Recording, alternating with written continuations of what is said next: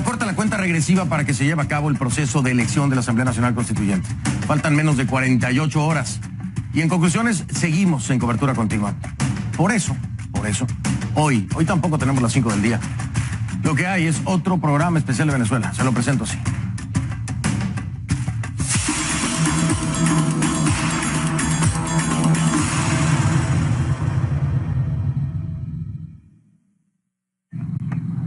Les pido que para este programa especial me acompañen utilizando la etiqueta numeral conclu 2 días, hashtag conclu 2 días, numeral conclu 2 días. Todos sus mensajes, por favor, a mi cuenta en Twitter con esta etiqueta conclu 2 días. La cuenta en Twitter es @soyfdelrincón, @soyfdelrincón, esa es la cuenta, es la única que tengo. Si usted está en Venezuela o tiene familiares, amigos en Venezuela, recuérdenles, la señal de CNN en español es abierta a las 24 horas del día a través de cnnespanol.com/en vivo, cnnespanol.com/en vivo en el canal de YouTube de CNN en español. Así burlamos la censura del gobierno del presidente Nicolás Maduro. Millones en el mundo entero tienen sus ojos en la elección de los miembros de la Asamblea Nacional Constituyente pautada para este domingo 30 de julio en Venezuela. Es una de las medidas más polémicas jamás anunciadas por el Ejecutivo. Una medida que tendrá como resultado la redacción de una nueva constitución, rechazada, según encuestadoras venezolanas, por el 85% del país. Pero el rechazo pasó las fronteras. 13 países latinoamericanos han pedido formalmente que se suspenda la constituyente. 13. Argentina, Brasil, Canadá, Chile, Colombia, Costa Rica, Estados Unidos, Guatemala, Honduras, México, Perú, Panamá y Paraguay. 13. De forma unilateral, Estados Unidos sancionó a 4 funcionarios venezolanos que promueven esta constituyente y con ello sofocan la democracia. Ellos son Tibisay Lucena, presidenta del Poder Electoral, Elías Jagua, ex vicepresidente de Venezuela, Iris Varela, ministra de Asuntos Penitenciarios, y Tarek William Saab, defensor del pueblo. Por su parte, el gobierno mexicano anunció que acatará estas sanciones. También se suma Colombia, y el presidente Juan Manuel Santos aseguró que no reconocerá los resultados de la constituyente. Eso por parte de Colombia y el presidente Juan Manuel Santos. Canadá las celebra y aseguran, es decir, las sanciones, y aseguran que están analizando individualmente a los sancionados. Y el presidente del Parlamento Europeo, Antonio Tajani, afirmó que la Unión Europea podría anunciar sus propias sanciones. Ahora, ¿quién más se opone? Se opone una veintena de exmandatarios iberoamericanos, decenas de organizaciones en defensa de la democracia, el Alto Comisionado de Derechos Humanos de Naciones Unidas, la Conferencia Episcopal Venezolana, el sector del chavismo crítico. Y con ellos mi primer invitado de la noche, Hugo Carvajal. Carvajal es diputado de la Asamblea Nacional por el Partido Unido Socialista de Venezuela y mayor general retirado del Ejército. Durante años fue uno de los pocos hombres que pudo llegar hasta el oído de Hugo Chávez para aconsejarlo política y estratégicamente. Participó en el intento de golpe de Estado que dio Chávez en 1992 y durante su presidencia fue nombrado jefe de inteligencia. Llegó a obtener el cargo de director de la Oficina Nacional contra la Delincuencia Organizada. Se le conoce como El Pollo, un apodo que se ganó en la Academia Militar. El Pollo tiene un historial complejo. Es cuestionado internacionalmente por sus supuestos nexos con el narcotráfico internacional. En 2008 fue sancionado por el gobierno estadounidense por, de acuerdo al gobierno estadounidense, dar protección a la guerrilla colombiana de las FARC, resguardar los envíos de droga, suministrar armas y documentos de identificación venezolanos, delitos de los que él se declara inocente. El actual presidente de Venezuela, Nicolás Maduro, lo asignó como diplomático al consulado venezolano en Aruba, donde fue detenido en 2015 por las autoridades locales a petición del gobierno de Estados Unidos por sus presuntos nexos con el narcotráfico. Carvajal fue liberado horas después en medio de un polémico episodio bajo el argumento de que contaba con inmunidad diplomática. El día de hoy nos acompaña en exclusiva aquí en Conclusiones. Así que vamos a una pausa, regreso y tengo la conversación con mi invitado. Antes pongo a sus órdenes nuestras plataformas digitales, facebook.com/conclusionescnn, facebook.com/conclusionescnn, es una de ellas, ahí está en pantalla y hay contenidos anteriores de Conclusiones por si los quiere consultar, como el programa de ayer, por ejemplo. En tiempo real estoy leyendo sus comentarios en Twitter, @soyfdelrincón, @soyfdelrincón. Esa es la cuenta en Twitter, la etiqueta es numeral conclu 2 días, hashtag conclu 2 días. Regresamos entonces con Hugo Carvajal. La pregunta es, ¿chavista no constituyentista?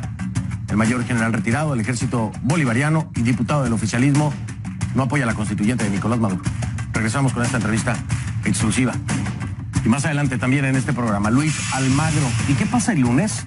El secretario general de la OEA nos dice qué medidas debería adoptar la comunidad internacional si se consuma el proceso constituyente de este domingo. Nos acompaña desde Washington. Además, Andrés Pastrana, ¿cumplirá la Asamblea Nacional? Es la pregunta que el expresidente de Colombia lanzó en las redes sociales y que tiene a más de uno pensando. Hablo con él al regresar.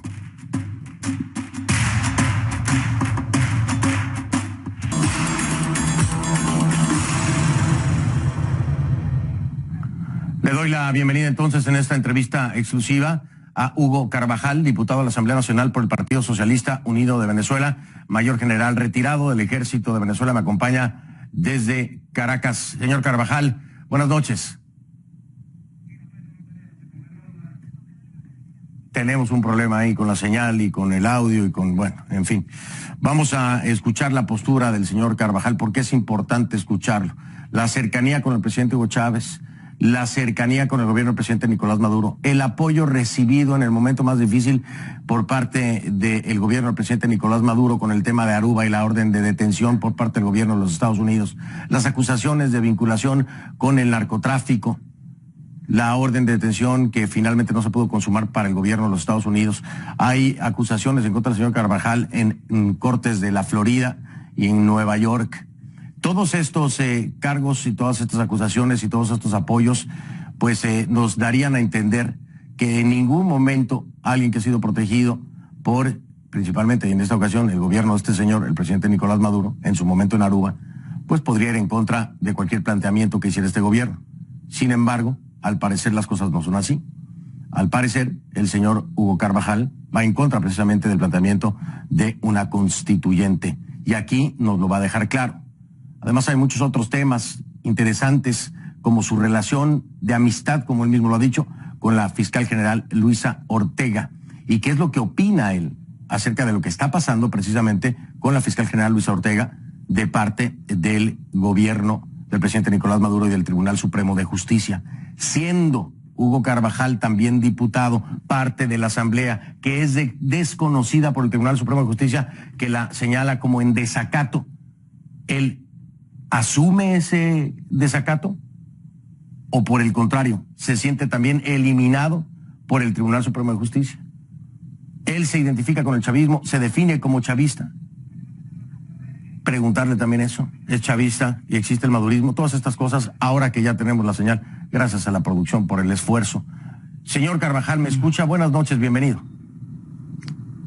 Buenas noches nuevamente, Fernando. Gracias por la invitación.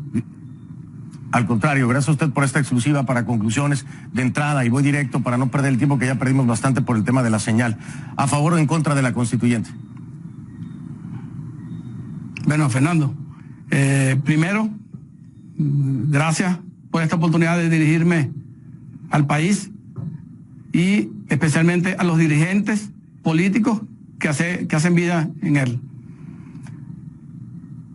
En estos momentos hay muchas cosas que han pasado con en el tema político. Tú le explicaste muy bien al inicio y no estamos en condiciones de realizar ningún tipo de actividad política de envergadura en los actuales momentos.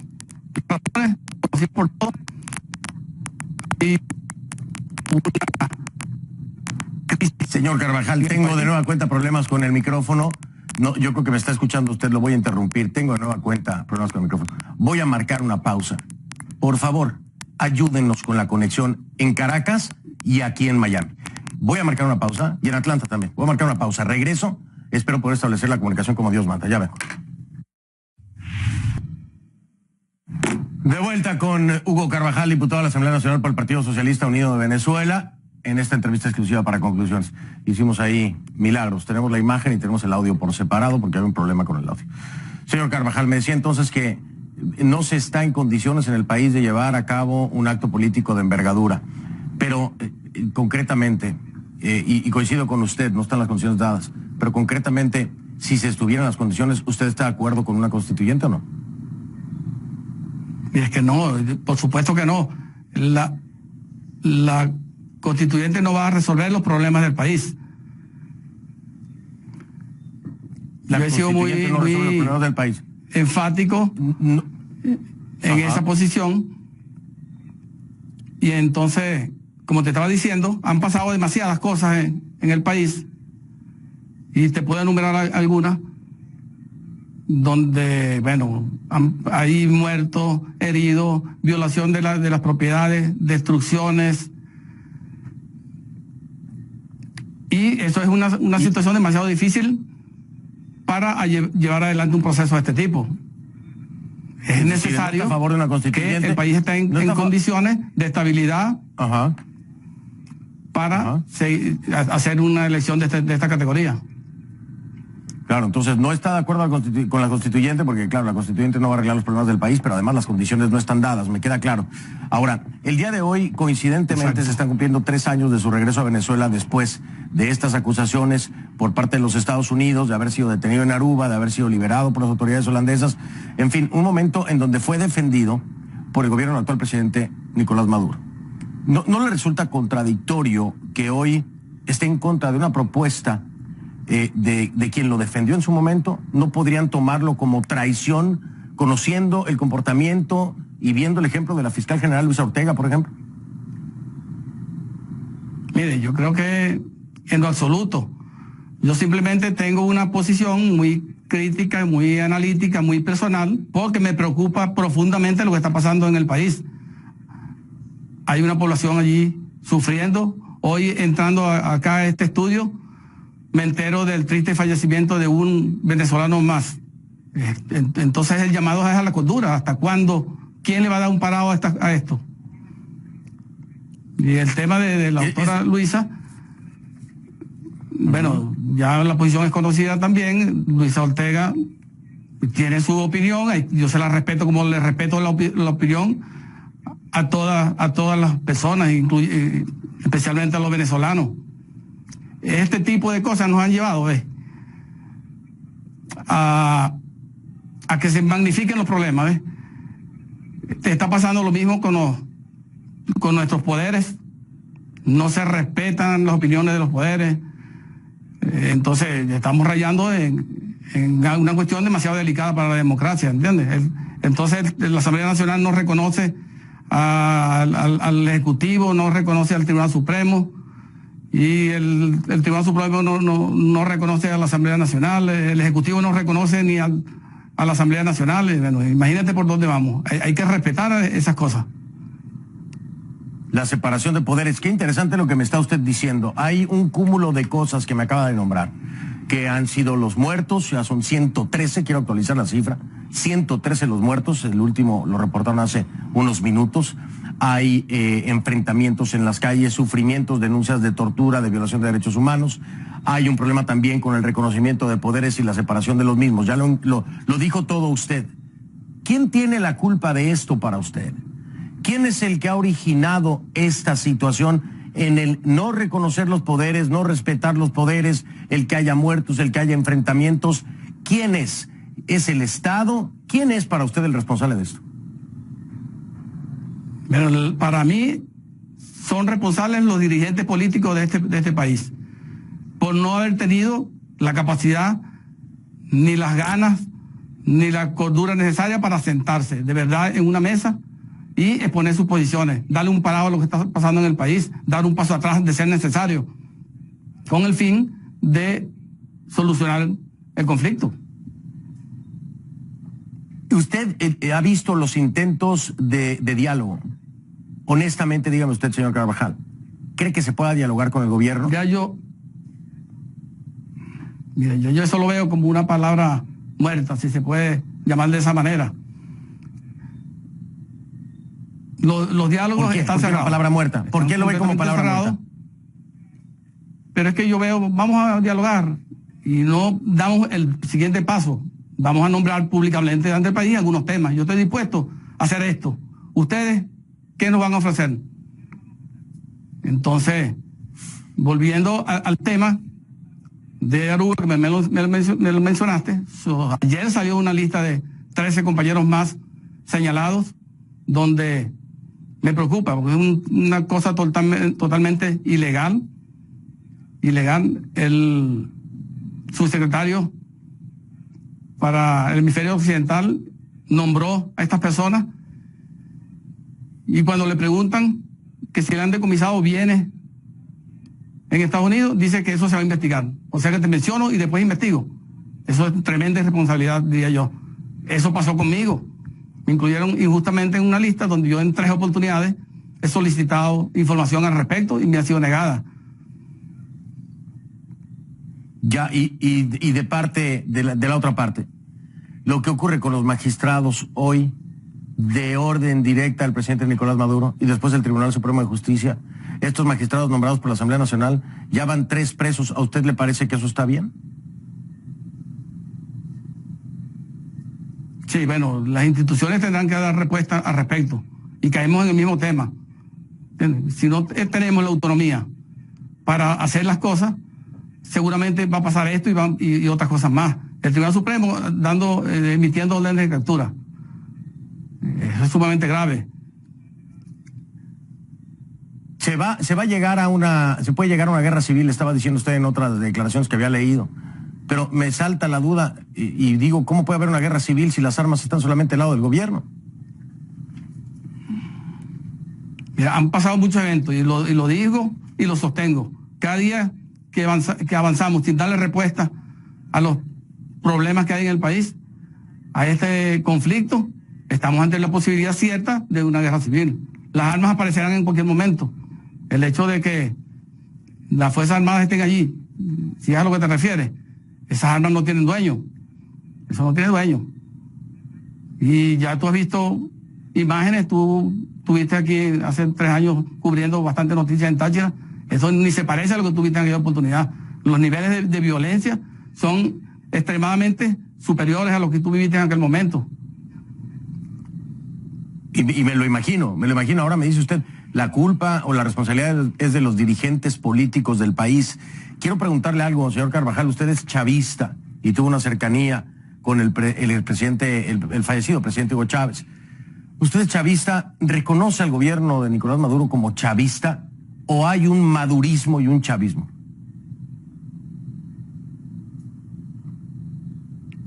Yo respeto y tengo mucha consideración con el presidente Nicolás Maduro.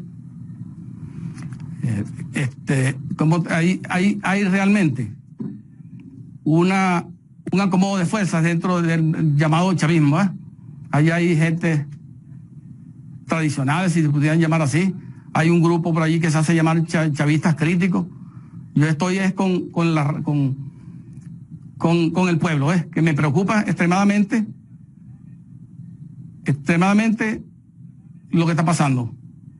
Yo hago un llamado a los dirigentes, a la dirigencia de este país, a todos, por supuesto, de aquel lado y de este lado, a que aterricen y se conecten con su gente. Yo en estos días hablé, por ejemplo, de que estas manifestaciones, hay una característica muy especial, que hay una espontaneidad. Tú no ves líderes políticos al frente marcándole agenda a los grupos de manifestantes. Eso es sumamente peligroso y es delicado y digno de análisis.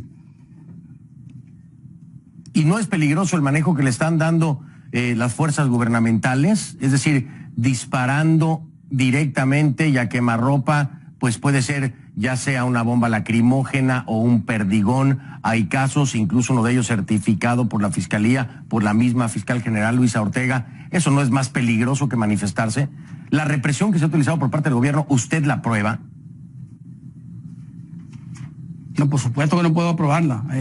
El exceso del empleo de la fuerza nos lleva necesariamente a la violación de los derechos humanos. Y las pruebas en su momento van a aparecer y alguien tiene que pagar esas violaciones. ¿Quién cree que deba pagar esas violaciones? Hay una cadena de mando. El jefe de las Fuerzas Armadas es el presidente Nicolás Maduro y de ahí podemos ir bajando. ¿Quién cree que tenga la responsabilidad de que las Fuerzas Armadas actúen de la forma que lo están haciendo? Pero primero los líderes del país tienen su cuota de responsabilidad porque han permitido que llegara a estos extremos. Después, hay una responsabilidad individual cuando se determina, por supuesto. Está una responsabilidad en el adiestramiento y en las instrucciones que se le dan a los elementos de seguridad que salen a la calle. Pero en conclusión, los líderes no están a la altura del momento que se está viviendo. Yo creo que esto se le está escapando de las manos. No sé si es por intereses personales que no están pensando en ese pueblo que está sufriendo las consecuencias. Si llega a darse la constituyente, ¿pierde el gobierno, señor Carvajal? Mire, se dé o no se dé la constituyente, el lunes vamos a amanecer en Venezuela con el mismo problema. Entonces, ¿qué va a pasar? Va a haber la necesidad de implementar ese diálogo que tenemos ya meses tratando de que se dé, de que haya una propuesta. Y ya digo, pasando el tiempo y se van agravando las circunstancias, más acumulación de hechos negativos, que va a ser más difícil seguramente, ¿no? ¿Qué opina acerca del desacato del Tribunal Supremo de Justicia en torno a la Asamblea Nacional? ¿Usted estaría en desacato por ser parte de esa misma Asamblea Nacional y estaría siendo desconocido por el Tribunal Supremo de Justicia? ¿Está de acuerdo? Mire, yo creo que con argumentos la Fiscalía General de la República hizo un pronunciamiento donde el desacato no es para las instituciones. Eso es para individualidades. Además, volvemos a lo mismo. Dejen que los poderes sean autónomos y lleven adelante lo que está establecido en la Constitución para cada uno. Ellos saben la responsabilidad que tienen. Y nadie tiene que estar diciéndole un poder a estos, a aquellos. Simplemente deberíamos de coordinar las cosas para que funcione el Estado. Señor Carvajal, me queda muy poco tiempo. Esta es una entrevista que no es fácil para usted, tampoco es fácil para mí, pero nos ha dejado algo claro. El país no está listo para un evento de gran envergadura político como una elección, constituyente o no constituyente. Nos ha dejado claro que no está de acuerdo con la constituyente y que se debe encontrar una solución por parte de los líderes del país. En fin, muchas otras cosas más que ya lo reportará la prensa que nos está viendo y la gente lo comentará. Hay una frase venezolana típica: salta talanquera. ¿Usted piensa que lo vayan a calificar así dentro del oficialismo, como que ha saltado la talanquera? Primero por hablar de lo que está hablando y además por estar aquí conmigo. Fernando, no es cuestión de saltar o no saltar la talanquera, ¿entiendes? Yo no estoy pensando ahorita en mí, en individualidades, estoy pensando en el país y por eso me atrevo a hacer este llamado a la cordura nuevamente, a los dirigentes de aquel lado y los de este lado que tienen que conversar. Y el hecho de que yo tenga una posición no quiere decir que yo me vaya a ir para otro lado. Simplemente yo me mantengo en el centro y pensando en Venezuela, digo lo que tengo que decir. Bien, pues señor Carvajal, si tiene cercanía como la tuvo en su momento cuando el tema de Aruba con el presidente Maduro, ¿por qué no se lo dice directamente a él?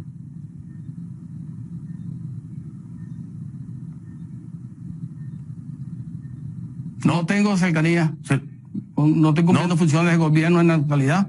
Eso desde el año 2014 yo estoy fuera de actividades gubernamentales y por eso prefiero respetar los análisis que hagan las diferentes instituciones, incluyendo el Ejecutivo Nacional. Bueno, pues estaremos entonces dando el seguimiento y ver qué repercusión tienen sus palabras. Señor Carvajal, le agradezco esta exclusiva de nueva cuenta. Que pase buena noche y el lunes amanecerá y veremos, decimos en mi país. Gracias, señor Carvajal. Gracias, buenas noches, Fernando. Buenas noches. Era Hugo Carvajal, diputado de la Asamblea Nacional por el Partido Socialista Unido de Venezuela, en esta entrevista exclusiva para Conclusiones. Voy a hacer una pausa. Cuando regresemos, escucha. Después del domingo, ¿qué cambio debe tener la comunidad internacional? Si se llega a dar este proceso constituyente, ¿el lunes será diferente para la comunidad internacional? ¿El lunes tendrá algún cambio? La respuesta del secretario general de la OEA, Luis Almagro, al regresar.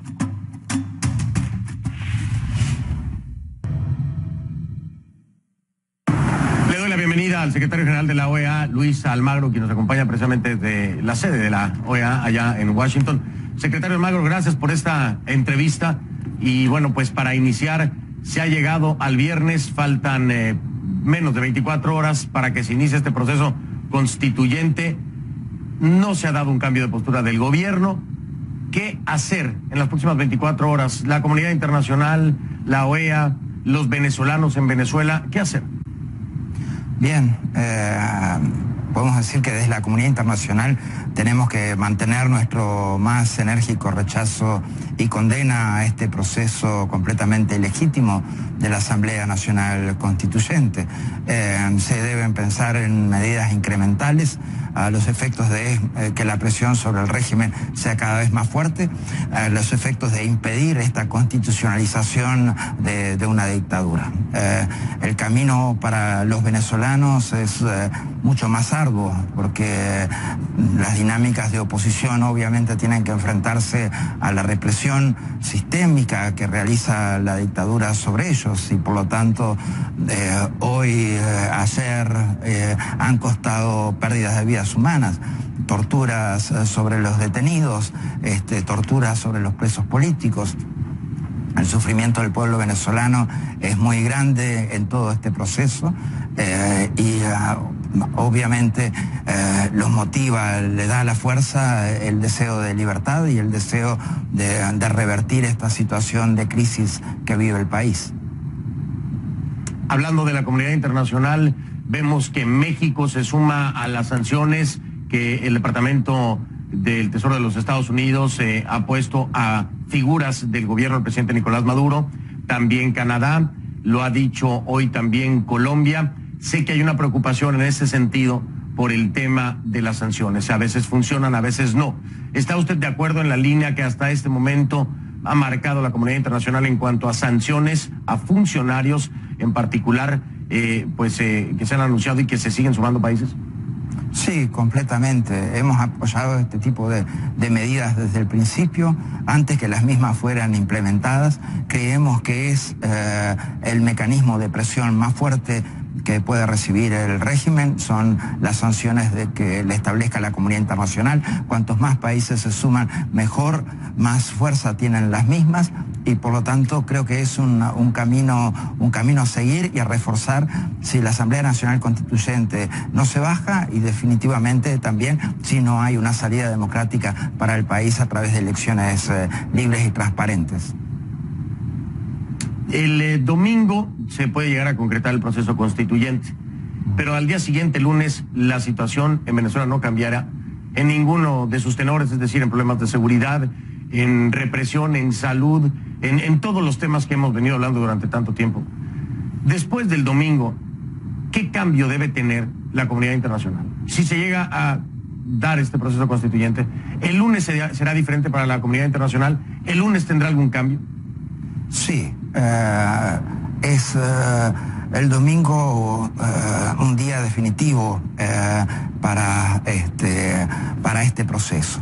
Si el mismo se consolida a partir del domingo y subsiguientemente, obviamente que tendremos que reforzar acciones. Se deben reforzar las sanciones sobre el régimen de Venezuela, se deben reforzar las resoluciones que ha sacado la comunidad internacional, porque definitivamente no podemos permitir una constitucionalización de un golpe de Estado, de una dictadura, de un aparato represivo que solamente comete abusos y pretende sumergir al país en la paz de las dictaduras, esa paz que simplemente trae consigo horror, terror, represión, miedo, muerte, tortura.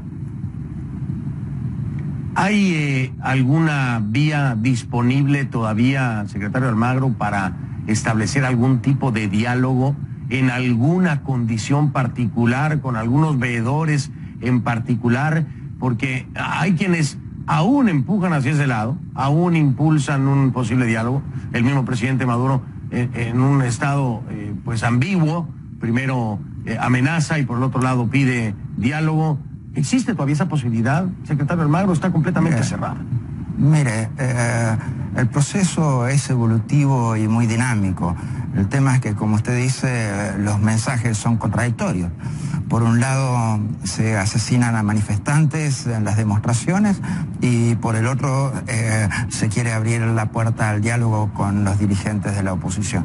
Lo más importante es que estos mensajes definitivamente sean, además, mucho más claros, porque el diálogo por el diálogo en sí mismo, hoy sentarse a conversar no tiene el menor sentido. Hoy tiene la necesidad imperiosa es un calendario electoral integral, la liberación de los presos políticos, el restablecimiento de los poderes del Estado y la independencia de los poderes del Estado, especialmente de la Asamblea Nacional, y obviamente resolver los problemas de la gente con un plan de emergencia, con un canal humanitario. La agenda es esta, es la misma que nosotros marcamos el 30 de mayo del año pasado.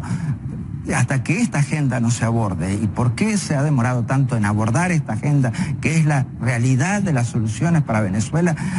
Es simplemente el mal manejo de situación que ha hecho el régimen y que esto le ha costado definitivamente sangre al pueblo venezolano, ha costado 100 muertos en manifestaciones y ha costado la victimización completa del pueblo.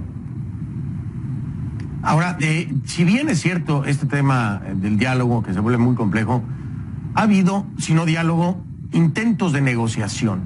Intentos de negociación con el expresidente Zapatero como intermediario. ¿Qué opina usted acerca de la participación de Zapatero en todo este proceso?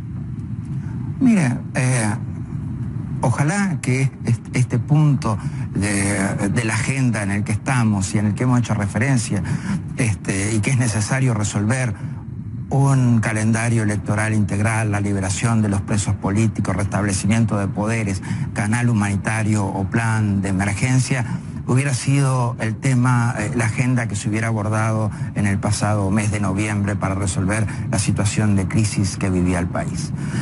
Ese proceso estuvo definitivamente mal encaminado, estuvo completamente viciado por el atropello que realizó el régimen y un papel que jugaron los negociadores por el régimen que no completó este proceso como se debía hacer. Yo no voy a juzgar, sin embargo, las acciones. Sí sé que esos errores costaron vidas de venezolanos y han costado tortura de venezolanos, han costado presos políticos venezolanos y definitivamente eso no es la manera de resolver las cosas ni de actuar. Actuar es para generar esas soluciones concretas que reclama la gente, no para dar vuelta alrededor de los problemas, no tratar de ganar tiempo, no tratar de viciar el proceso con maniobras, sino enfocarse directamente en la agenda y resolverla específicamente. Sin embargo, no está en contra o ve como una posibilidad, vamos a llamarlo así, positiva, el tema de que se pudiera dar una negociación entre la oposición en un consenso y el oficialismo. ¿Está abierto a eso? Porque hay quienes dicen, no hay nada que negociar, como ya lo mencionaba usted. Aquí hay una agenda, aquí hay 4 puntos concretos que se están exigiendo, pero hay una parte de la oposición que dice, bueno, puede haber una negociación. ¿Usted qué opina? ¿Cree que es factible que exista una negociación de parte de la oposición que pudiera traer soluciones al país? Mira, una negociación que resuelva los aspectos que mencionamos antes, esa agenda que mencionamos antes, definitivamente es una negociación bienvenida. El problema es si la negociación repite los mismos errores que se cometieron en noviembre, diciembre del año pasado y que definitivamente costaron al país una salida institucional clara, como era el referéndum revocatorio, y costaron 100 muertos, costaron torturados y costaron presos políticos. Esa no es la manera de resolver las cosas. Por lo tanto, hoy el tema radica en las soluciones concretas, específicas, sobre los problemas que enfrenta la gente. Y la gente además se ha pronunciado a través de la consulta. La gente ha sido muy clara, no debe haber Asamblea Nacional Constituyente, deben haber elecciones generales, libres, transparentes. La gente pide que además haya un respeto por parte de los funcionarios del Estado de la Constitución. Esas son las necesidades de Venezuela. Sobre eso el pueblo ya se pronunció el pasado 16 de julio y hoy los negociadores y el gobierno están obligados por esa consulta. Finalmente, secretario Almagro, después de todo el seguimiento que particularmente le he dado al tema Venezuela, al tema OEA, hemos estado en comunicación frecuentemente, nos hemos visto en Washington, y al día de hoy, después de tanto tiempo que ha pasado, al día de hoy no hay aún un consenso en la OEA.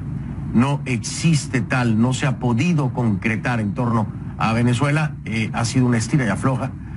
¿Cómo se siente con respecto a eso? Cuando se ha llegado hasta más de 110 muertos por las protestas, cuando se ha llegado a unas cuantas horas de que se lleve a cabo un proceso constituyente y que no se haya podido alcanzar por parte de los países miembros un consenso. ¿Cómo se siente usted? No, mire, primero que nada, estoy orgulloso de la organización, porque es la única organización a nivel regional hemisférico que discute el tema y que plantea soluciones concretas para el tema, y que esto ha sido prácticamente en sesión permanente en la agenda de la organización. Por otra parte, también es la única organización a nivel regional, pero a nivel global, que tiene una resolución que declara la alteración del orden constitucional en Venezuela y que pide al régimen que restaure la democracia. Entonces, digamos, se ha avanzado mucho, tenemos resoluciones, tenemos declaraciones y definitivamente el proceso de la Asamblea Nacional Constituyente, y usted se debe estar refiriendo a la última reunión, está afectado de alguna manera por lo que usted señalaba. Estamos en una semana que ha sido muy dinámica en materia de negociaciones por parte de gobierno y oposición, en las cuales se han manejado toda clase de rumores y se han subido y bajado la constituyente ya varias veces durante la misma semana. Por lo tanto, la comunidad internacional también tiene que tomar su tiempo, tiene que tomar su pausa para analizar esa situación y para ver cómo la misma en definitiva queda establecida y cómo se decanta. Secretario Almagro, agradecerle muchísimo, como siempre, la comunicación, el tiempo y la deferencia con un servidor y este programa. Muchísimas gracias. Veremos qué pasa en las próximas horas. Secretario Almagro, ¿guarda alguna esperanza todavía? Sí, siempre. Y si no, seguiremos denunciando, seguiremos llevando adelante la agenda y seguiremos proponiendo las soluciones que hemos estado proponiendo en este tiempo. Muchas gracias, secretario Almagro. Un saludo hasta Washington. Muy amable. Un gran abrazo. Hasta la próxima. Hasta la próxima, gracias. Ya regresamos, además, en conclusiones. Andrés Pastrana, expresidente de Colombia, pregunta, ¿cumplirá la Asamblea Nacional? Esa es una pregunta que tiene a muchos pensando. Ya regreso.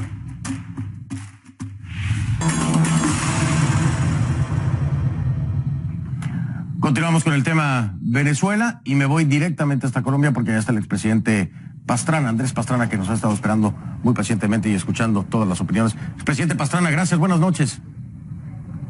Buenas noches, Fernando. Muchísimas gracias por la entrevista, presidente Pastrana. Oiga, déjeme preguntarle algo, porque a muchos los dejó pensando seriamente. Cuando manda este tuit hace un día, dice, @Nicolás Maduro cumple con su gente, va a la constituyente. Y después pregunta, ¿cumplirá la Asamblea Nacional de Venezuela el mandato que le impuso al pueblo venezolano el 16J?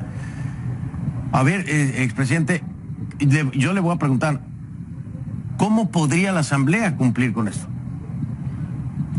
A ver, de varias formas, Fernando. Primero, la Asamblea Nacional es la que convoca una consulta popular. 7.6 millones de venezolanos votaron 3 preguntas en que le dijeron a la Asamblea Nacional, le estamos entregando un mandato. Primera pregunta, no a la constituyente. Por lo tanto, muchos venezolanos hoy se preguntan, ¿qué hacen negociando miembros de la Asamblea Nacional una constituyente cuando el pueblo venezolano dijo no a la constituyente? La segunda pregunta, le pedía al ejército de Venezuela respetar la Constitución, respetar a sus ciudadanos. Eso es lo que tiene que hacer el ejército de las Fuerzas Armadas de Venezuela el próximo domingo.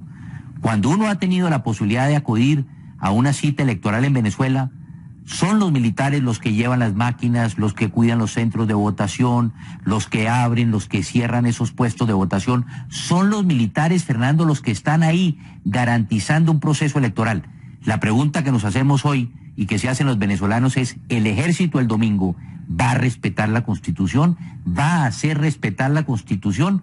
Porque esa constituyente, ellos lo saben, los venezolanos lo saben y el mundo sabemos que es inconstitucional, que lo que cumplió con la Constitución fue la consulta convocada por la Asamblea Nacional y no lo que están proponiendo hoy el presidente Maduro. Y tercero, se votó por la reorganización de los poderes públicos y por un gobierno de transición, y eso tampoco se ha hecho.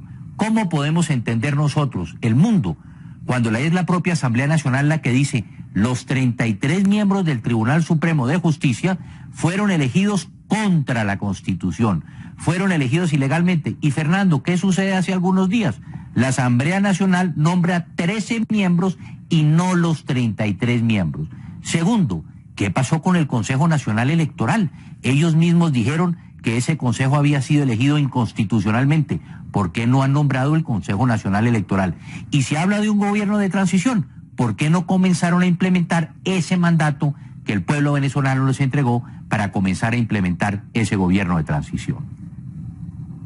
Presidente Pastrana, usted está consciente que seguramente se les habrá erizado la piel a muchos de la oposición ahora que lo están escuchando, ¿no? Seguramente, así será, digo, uno se eriza siempre de escucharlo, pero digo, con estos particularmente allá en la oposición. Ahora, déjeme preguntarle una cosa, presidente. Un conocido en común tiene una teoría de que el hecho de que sea la constituyente le explotaría en la cara a Nicolás Maduro. ¿Usted coincide con eso?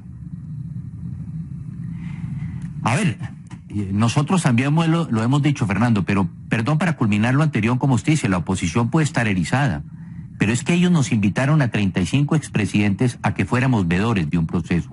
Y lo que es más importante, Fernando, que fuéramos notarios de ese proceso. Y nosotros fuimos notarios de un proceso y como veedores y como observadores también tenemos que ver que esa Asamblea Nacional pueda implementar ese mandato que le entregó el pueblo venezolano. Segundo, es cierto, lo que todos sabemos es que el próximo lunes, si esta constituyente se lleva a cabo, el que va a ser el presidente el próximo lunes se llama Diosdado Cabello, porque es la Asamblea Nacional la que va a asumir la totalidad de las funciones y el próximo lunes va a ser precisamente Diosdado Cabello quien va a dirigir los destinos de Venezuela. ¿Y qué es lo más grave?